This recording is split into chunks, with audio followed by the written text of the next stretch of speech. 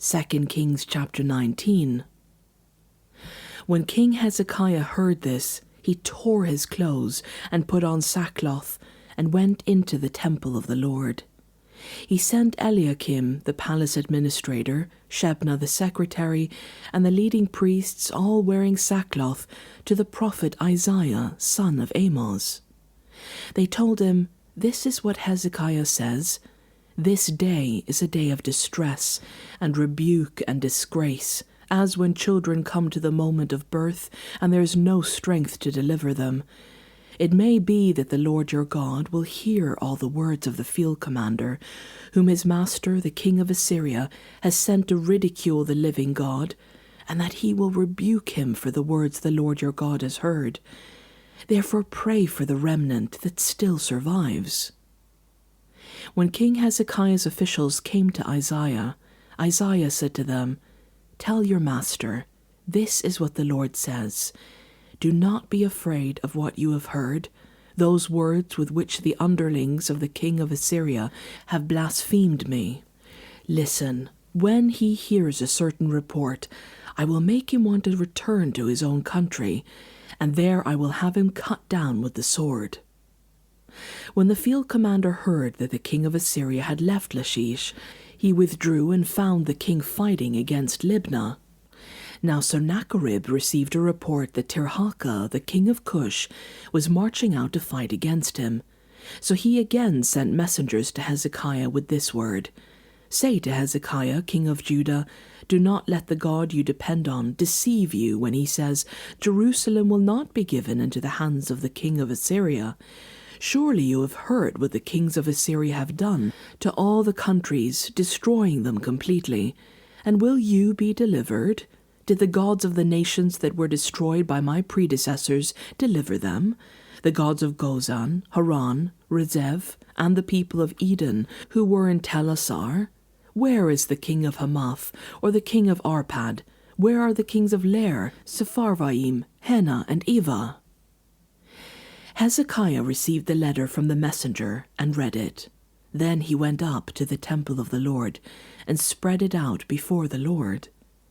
And Hezekiah prayed to the Lord, "Lord, the God of Israel, enthroned between the cherubim, you alone are God over all the kingdoms of the earth. You have made heaven and earth. Give ear, Lord, and hear. Open your eyes, Lord, and see. Listen to the words Sennacherib has sent to ridicule the living God. It is true, Lord, that the Assyrian kings have laid waste these nations and their lands. They have thrown their gods into the fire and destroyed them, for they were not gods, but only wood and stone, fashioned by human hands.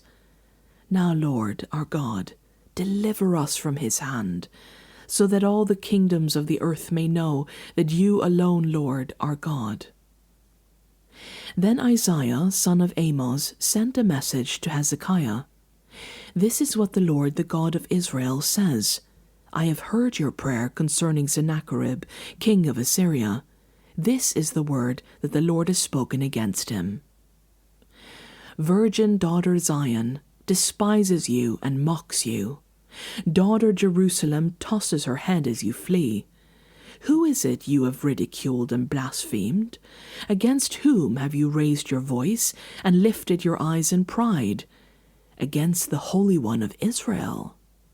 By your messengers you have ridiculed the Lord, and you have said, 'With my chariots I have ascended the heights of the mountains, the utmost heights of Lebanon. I have cut down its tallest cedars, the choicest of its junipers. I have reached its remotest parts, the finest of its forests. I have dug wells in foreign lands and drunk the water there. With the soles of my feet I have dried up all the streams of Egypt. Have you not heard? Long ago I ordained it. In days of old I planned it. Now I have brought it to pass, that you have turned fortified cities into piles of stone. Their people, drained of power, are dismayed and put to shame. They are like plants in the field, like tender green shoots, like grass sprouting on the roof, scorched before it grows up. But I know where you are, and when you come and go, and how you rage against me. Because you rage against me, and because your insolence has reached my ears, I will put my hook in your nose and my bit in your mouth, and I will make you return by the way you came. This will be a sign for you, Hezekiah. This year you will eat what grows by itself, and the second year what springs from that. But in the third year sow and reap, plant vineyards, and eat their fruit. Once more a remnant of the kingdom of Judah will take root below and bear fruit above. For out of Jerusalem will come a remnant, and out of Mount Zion a band of survivors. The zeal of the Lord Almighty will accomplish this. Therefore this is what the Lord says concerning the king of Assyria. He will not enter this city or shoot an arrow here. He will not come before it with shield or build a siege ramp against it. By the way that he came he will return. He will not enter this city, declares the Lord.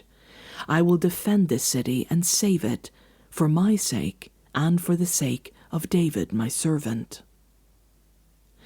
That night the angel of the Lord went out and put to death 180,000 in the Assyrian camp. When the people got up the next morning, there were all the dead bodies. So Sennacherib, king of Assyria, broke camp and withdrew. He returned to Nineveh and stayed there. One day, while he was worshipping in the temple of his god Nisroch, his sons Adramelech and Sharezer killed him with the sword, and they escaped to the land of Ararat.